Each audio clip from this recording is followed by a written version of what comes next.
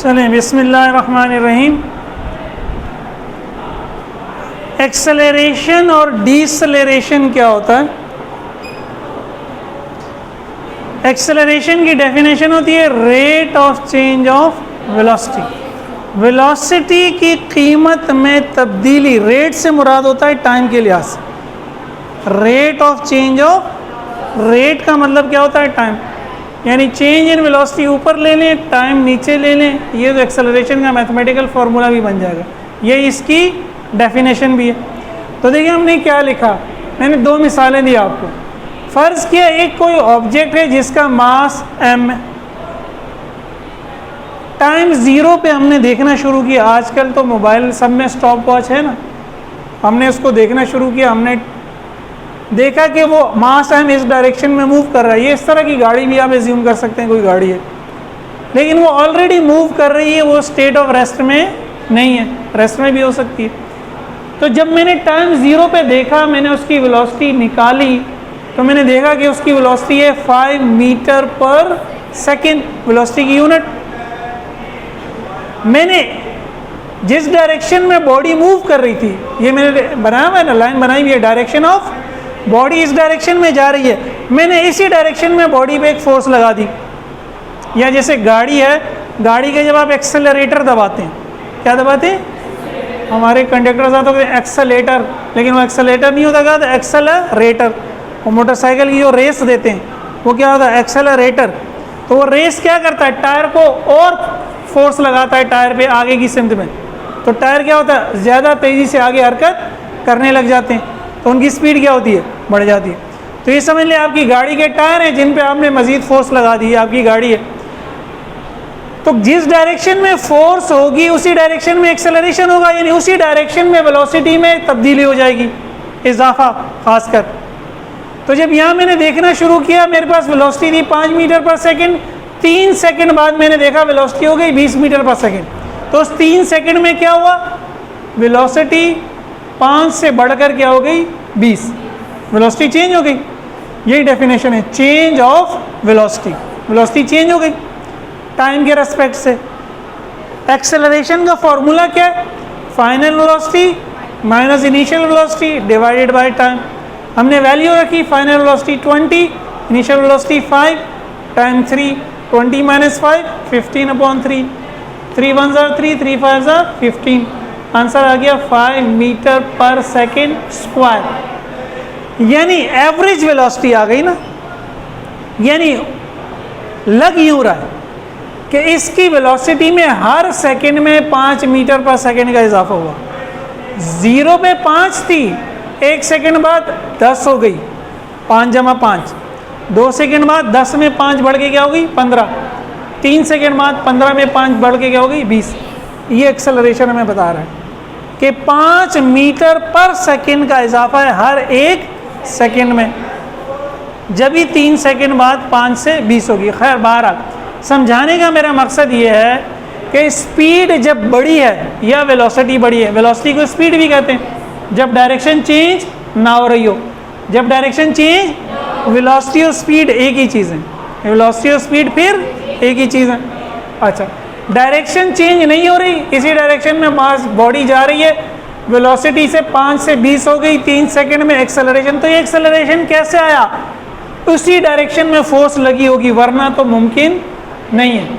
जिस डायरेक्शन में body move कर रही है उसी डायरेक्शन में बॉडी पे फोर्स लगेगी, तो एक्सेलरेशन प्रोड्यूस, जो न्यूटन सेकंड लॉ कहता है, when an unbalanced force acts upon a body it produces acceleration in its own direction. Velocity बढ़ रही है इससे इस डायरेक्शन में, तो फोर्स भी इसी डायरेक्शन में लगेगी, और ये फोर्स होगी अनबैलेंस, यानी इसकी कोई ना कोई वैल्यू होगी, 5 न्यूटन, 10 न्यूटन, 15 न्यूटन, 0 नहीं होगी। 0 होगी तो फिर क्या होगी? फिर तो बैलेंस्ड होगी।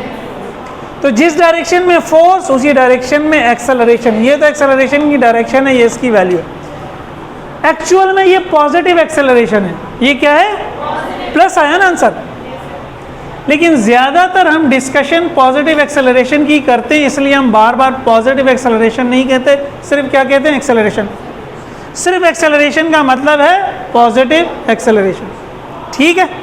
कहते नहीं है बार बार। जिस तरह सिर्फ 2 लिखा होता तो +2 होता है ना, -2 के साथ फिर माइनस लगाते हैं, लेकिन 2 लिखा है, 3 लिखा है, 5 लिखा है, ये सारे क्या हैं प्लस में। लेकिन आप कभी भी नहीं कहते कि +2 है, +3 है, आप कहते हैं 2 है। लेकिन जब ये बताना होता है कि माइनस का नंबर है तो फिर पहले माइनस लगा देते हैं, ठीक है। अब दूसरी एग्जांपल ले लें, यही आपकी गाड़ी है। अब अगेन टाइम 0 पे जब आपने इसको देखना शुरू किया तो उसकी स्पीड थी 15 मीटर पर सेकेंड। अब अचानक ही घर करीब आ गया, ब्रेक लगा दी। क्या कर दी? ब्रेक लगा दी। ब्रेक लगा दी तो गाड़ी क्या होगी? रुक जाएगी। लेकिन फ़ौरन तो नहीं रुकती ना, थोड़ी देर बाद रुकती है। तो गाड़ी आगे ही जाके थोड़ी देर बाद क्या हो गई? रुक गई। ब्रेक लगा दिया आपने, ब्रेक, BR, पता नहीं क्या होता है, EAK होता है या BR, नहीं वो तो ब्रेक टूटने वाला ब्रेक होता है। गाड़ी की ब्रेक को भी पता नहीं, मैं उर्दू में लिख देता हूँ भाई, स्पेलिंग मुझे अब याद नहीं आ रही। ब्रेक लगा दिया हमने। अब ब्रेक जब लगा दी तो गाड़ी आगे जाके थोड़ी देर बाद क्या हो गई? रुक गई। जब रुक गई तो स्पीड क्या हो गई? 0। ऐसा ही टाइम हमने ज्यूम किया वही 3 सेकंड लगे।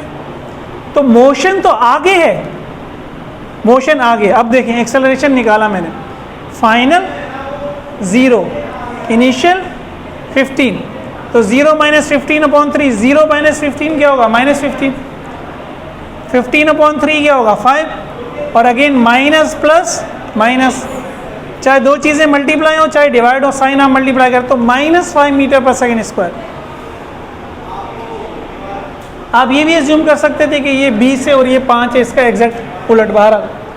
तो अब ये बता रहा है कि एक्सेलरेशन की डायरेक्शन मोशन के अपोजिट है।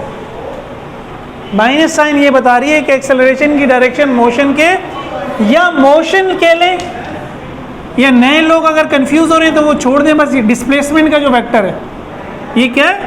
डिस्प्लेसमेंट का वेक्टर है, डिस्प्लेसमेंट के वेक्टर के अपोजिट है। चलिए नहीं लिखता मैं, ठीक है। तो इसको कहते हैं नेगेटिव एक्सेलरेशन। लेकिन ये नेगेटिव एक्सेलरेशन कब लगा? जब हमने ब्रेक लगाई। तो ब्रेक ने क्या किया? ब्रेक ने टायरों पे आगे फोर्स नहीं लगाई, ब्रेक ने टायरों में पीछे फोर्स लगाई।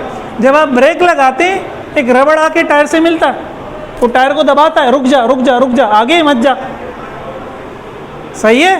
तो अब फोर्स टायर पे पीछे लग रही है कि भाई आगे नहीं जा, आगे नहीं जा, फोर्स इधर लग रही है। तो इधर ही एक्सेलरेशन भी है।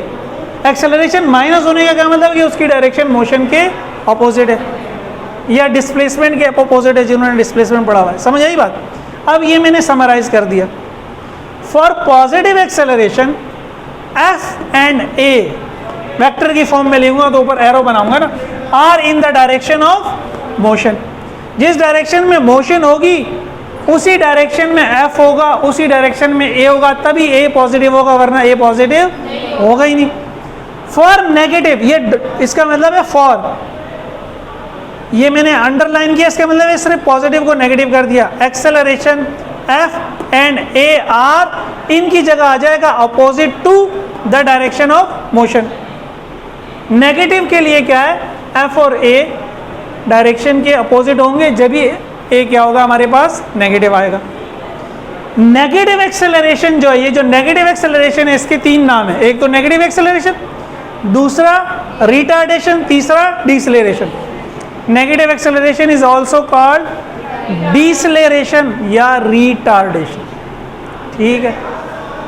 इसमें किसी को कोई प्रॉब्लम तो नहीं है? समझ में आ गया? अगेन अगर मैं नट शेल का मतलब होता है, अगर मुख्तसर सी बात, एक्सेलरेशन पॉजिटिव है तो जिस डायरेक्शन में मोशन हो रही है उसी डायरेक्शन में फोर्स लगी है, तब एक्सेलरेशन पॉजिटिव है, ठीक है। अगर एक्सेलरेशन नेगेटिव है तो जिस डायरेक्शन में मोशन लगी है फोर्स उसके अपोजिट है। और F और A तो हमेशा एक दूसरे के साथ होंगे। तो फोर्स अपोजिट है तो एक्सेलरेशन भी अपोजिट है, फोर्स सेम है तो एक्सेलरेशन भी सेम है, ठीक है। ये उतार लें।